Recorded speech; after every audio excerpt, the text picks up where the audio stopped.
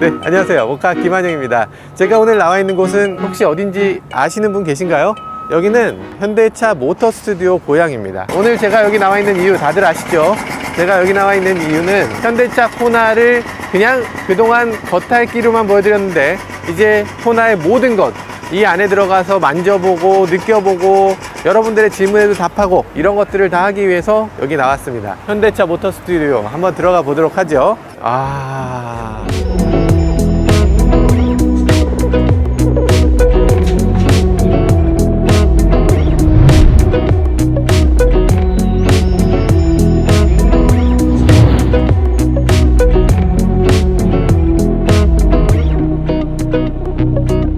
지난번에 제가 차를 몇 번 보여드렸잖아요. 아마 여러분들 이제 지겨울 때 됐을걸? 내가 이 투싼을 몇 번을 보여드렸는지 모르겠어. 근데 그때 제가 뭔가 실수한 게 있어요.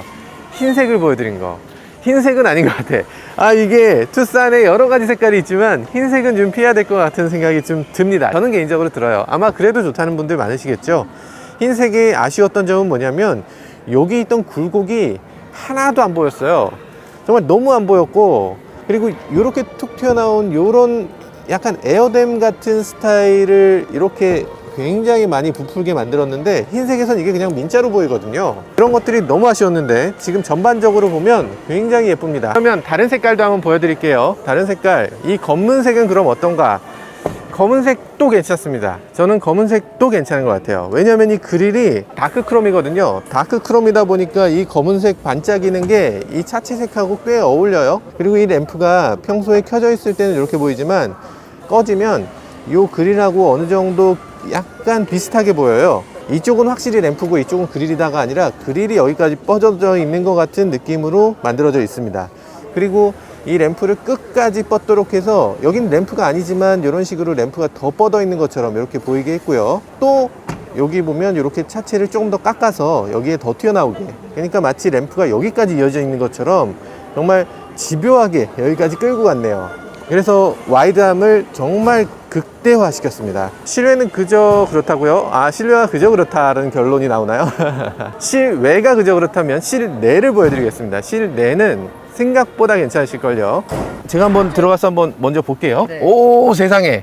이 레이아웃은 되게 예쁘네요. 이게 그냥 생뚱맞게 하나가 덜렁 나와 있잖아요. 그래서 이상하다고 많이들 얘기했는데 괜찮은데요? 조금 아쉬운 거는 렌더링에서는 이 부분이 독자적인 UI였거든요. 네. 투싼에만 있는 독자적인 UI였는데 막상 까놓고 보니까 아반떼랑 똑같은 UI가 UI라는 게 그래픽 디자인 말하시는 거예요? 네, 그래픽이 너무 좀 현대기아차만의 특색이 없이 다 똑같은 디자인이 들어가 있어서 이런 부분은 조금 아쉽다라는 생각이 있습니다. 그냥 딱 아반떼급이다라는 게 딱 들어오면 느껴지네요. 전반적으로 약간 아반떼 같다는 생각이 좀 더 크게 듭니다. 소나타라는 생각은 절대 안 들고요. 소나타급은 아니다. 네. 일단 전체적으로 그렇긴 한데 네. 바람이 얼굴로 들이치지 않게 하는 건 굉장히 인상적이지 않습니까?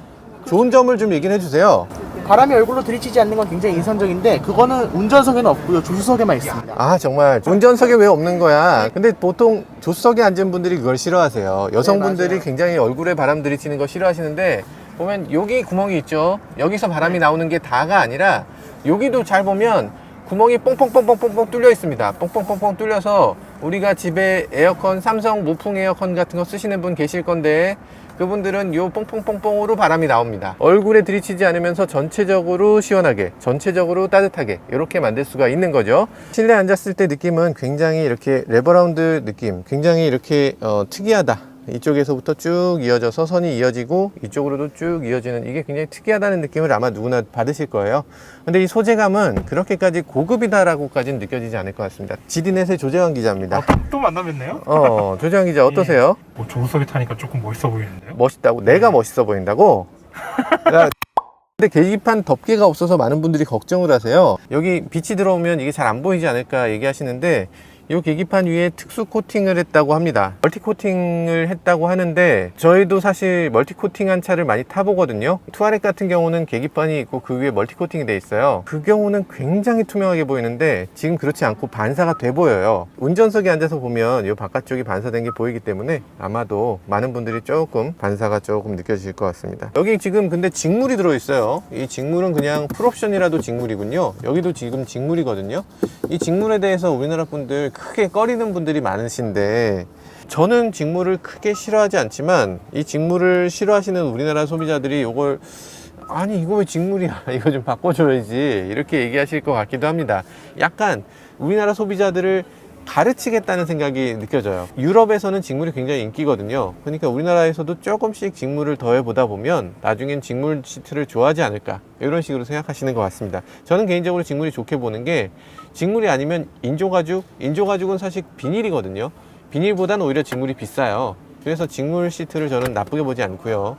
그리고 현대차 직물 시트가 그렇게까지 나쁘지 않다는 생각도 하게 됩니다. 앰비언트 라이트 켜셨는데 지금 어디 있어요? 앰비언트 라이트? 여기 약간 은은하네요. 일단 앰비언트 라이트라기보다는 기능적인 라이트예요. 이 밑에 수납 공간에 뭐 수납을 하게 되면 그 수납한 내용이 안 보이잖아요. 그래서 그걸 보여주기 위한 빛을 넣으면서 약간 그걸 색깔이 변할 수 있는 빛으로 이렇게 제공을 하고 있어요. 요 옆에도 그런 식으로 수납 공간을 만들어 놓고 있는데 이 수납 공간이 요 아래로 뚫고 들어가는 줄 알았더니 그게 아니고 여기까지만 들어가네요. 뚫릴 줄 알았더니 뚫리진 않았네요. 다행입니다. 요런 수납 공간이 요런 정도가 그냥 아무렇지도 않게 들어가거든요. 지금 이게 500mm 짜리인데 500mm가 쑥 들어가고 폰을 같이 넣게 되면 폰은 또 이렇게 해서 들어가고 이렇게 수납을 뭐 다양하게 할 수 있는 그런 수납 공간이 있어서 이런 것도 굉장히 좋게 보이네요. 무선 충전대가 여기 있구나. 그렇죠. 무선 충전이 있는지 아마 차를 팔 때쯤 알게 되시는 분들도 많을 것 같아요. 보이지가 않거든요, 이렇게. 그래서 아, 내 차에 무선 충전이 있었어 라는 걸 이제 팔 때 딜러가 무선 충전 다르셨네요 이렇게 아마 알게 되는 정도로 이게 눈치채기 어려운 거고요. 그래서 굳이 옵션으로 넣지 않으셔도 될 것 같습니다. 이 와이드 디스플레이랑 이 밑은 터치 버튼으로 들어가거든요. 이 둘의 조합이 그렇게 썩 좋은 조합은 아닌 것 같아요. 그레이드를 낮추면 여기 볼륨이라든지 이런 게 다이얼로 바뀌어요. 근데 그게 꽤 멋있거든요.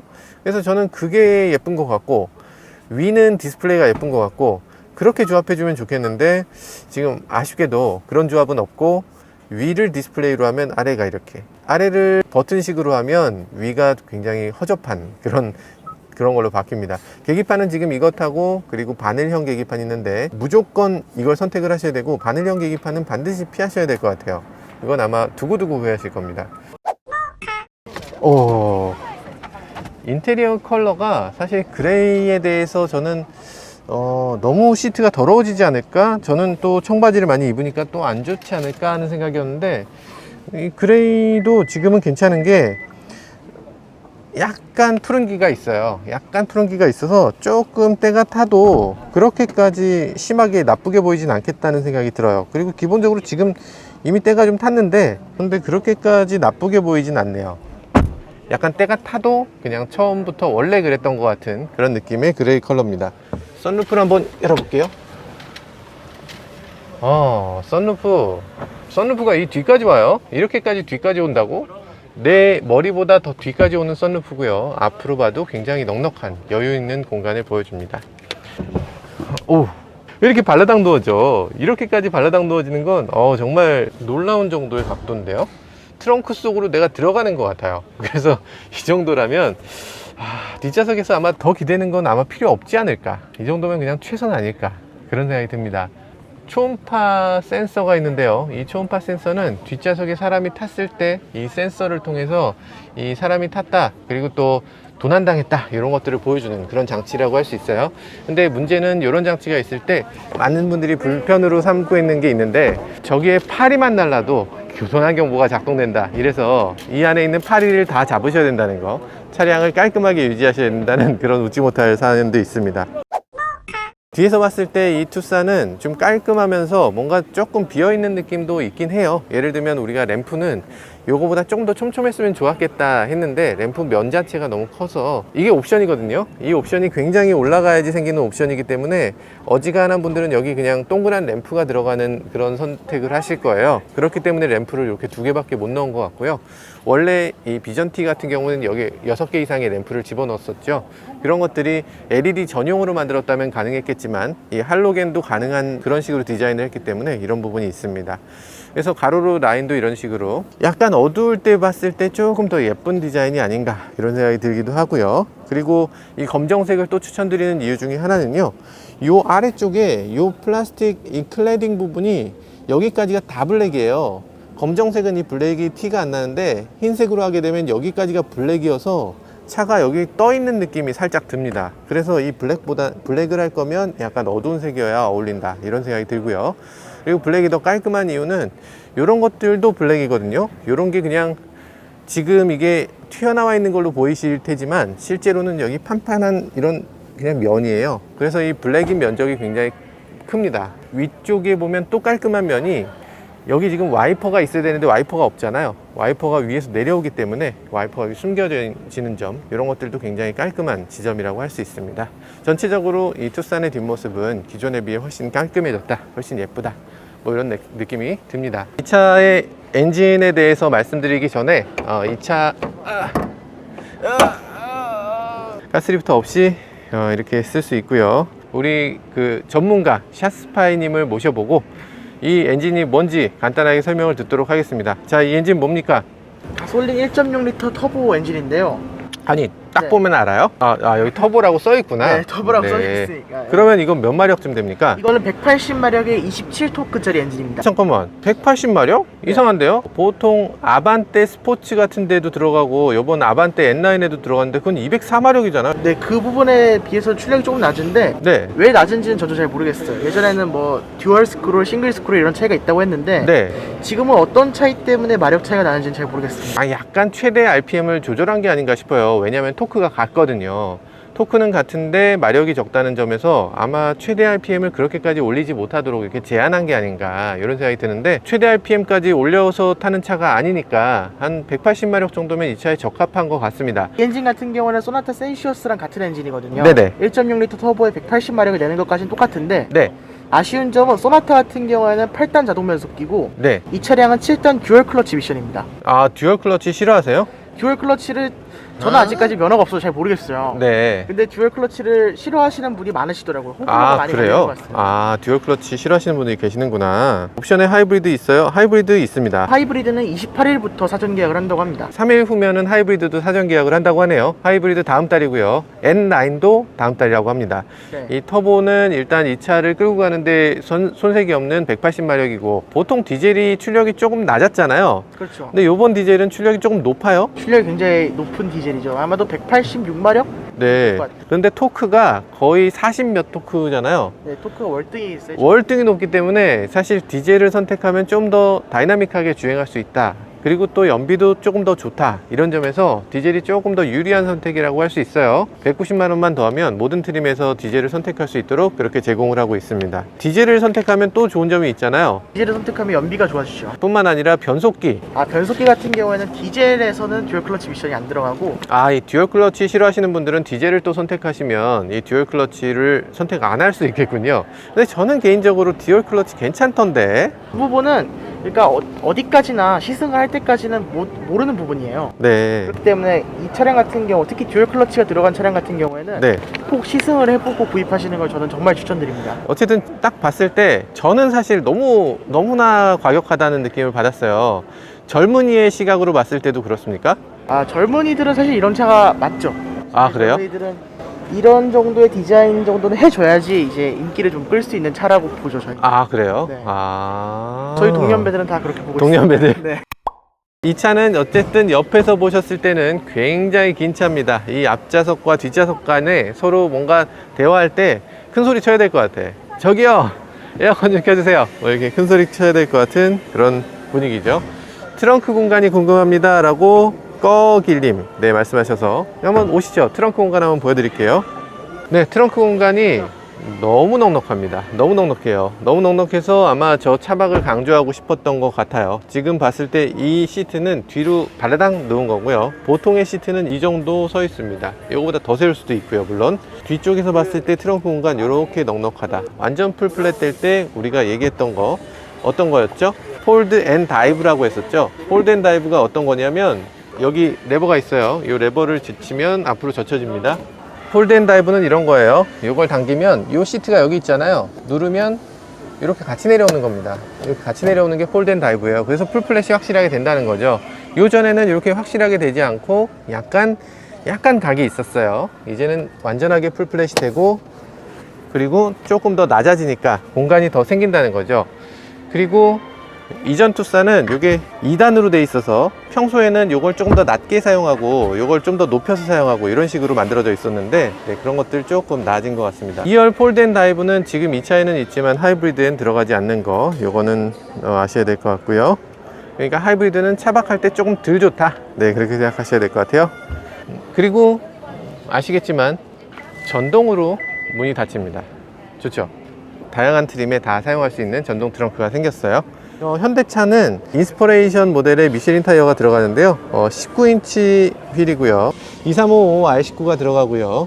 지금 이 타이어 같은 경우는 55 시리즈니까 19인치라고 해도 19인치가 다 승차감이 나쁘다고 할 수 없어요. 19인치 요걸 보는 게 아니라 요 55를 보셔야 돼요. 55 시리즈라면 이 타이어 직경 자체가 크기 때문에 이 휠이 크더라도 요 정도의 공기가 들어갈 수 있는 공간이 있는 거죠. 그러니까 이 투싼 정도 되면 이번 투싼 같은 경우는 이 휠하우스가 엄청나게 크게 뽑아진 차거든요. 그래서 19인치라도 55이기 때문에 그렇게까지 승차감이 나쁠 걸로 예상되지는 않습니다. 실제로 주행을 해봐야 알 수 있는 부분이니까요. 주행을 한번 해보고 이 타이어와 궁합은 어떤지도 그때 가서 다시 말씀드리겠습니다. 아, 요게 여기서 자동차에서 나지 말아야 될 것 같은 사운드가 나요. 의도한 것 같아요. 이게 의도인가요? 이 의도는 왜 의도한 거죠? 끝나는. 아, 이거 야, 이래도 네가 투싼을 살 거냐? 산타페를 가라, 이런 건가요? 예, 살짝 이거 좀 너무한 사운드인데? 이 안에 제진제 같은 걸 조금 더 붙여서 약간 이 깡통 소리를 좀 제거해야 될 것 같습니다. 뭐 그렇게 어려운 일은 아니니까요. 떼서 붙이면 되니까 아마 많은 분들이 애프터마켓에서 사실 수 있을 것 같아요. 이 윈도우 같은 경우는 오토로 이렇게 버튼 누르면 끝까지 내려가고요. 그리고 버튼 누르면 끝까지 올라옵니다. 이건 당연히 되는 거 아니에요 하시겠지만 당연히 되지 않아요. 거의 모든 차들이 이걸 눌렀을 때 이렇게 내려가죠. 그리고 다 내려갑니다. 하나도 없이 다 내려가요. 이렇게 다 내려가는 차 요즘 별로 없거든요. 이런 것들도 굉장히 좋은 점. 그리고 팔을 껴도 이게 자동으로 다시 열린다고 해요. 안 아파. 이 정도면 괜찮네요. 여기 보면요, 네, 유리가 이중 접합이 아니고 그냥 단일 유리인데요. 유리의 두께도 그렇게 두꺼운 편이 아니어서 이 정도면은 아마도 많은 분들이 조금 소음이 좀 들어온다라고 느끼실 수 있는 정도의 두께예요. 아마도 이 투싼은 주행했을 때 유리나 아니면 이 뒷좌석에 있는 이 도어의 내부 울림을 봐도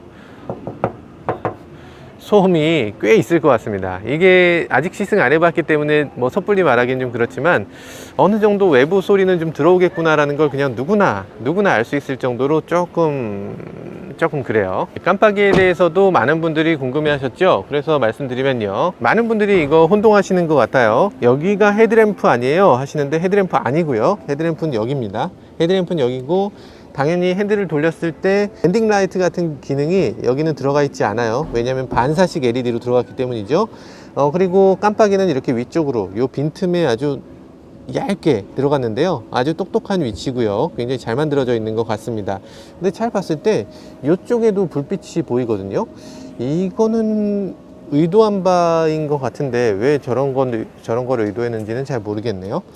이쪽에 있을 때 약간 이쪽에서 보면은 이 깜빡이가 가려져서 안 보일 수 있으니까 여기다가 하나 더 켠 건가요? 약간 아주 세심한 그런 배려라는 생각이 듭니다. 껐을 때 이런 느낌이네요. 여기하고 거의 티가 안 난다. 불이 꺼지면은 그릴로 그냥 보인다. 이런 게 굉장히 독특한 점인 것 같습니다. 자, 어쨌든 모터 스튜디오 고향이 있으니까 이렇게 와서 여러 가지도 보고 여러 가지 말씀도 드릴 수 있었던 것 같네요.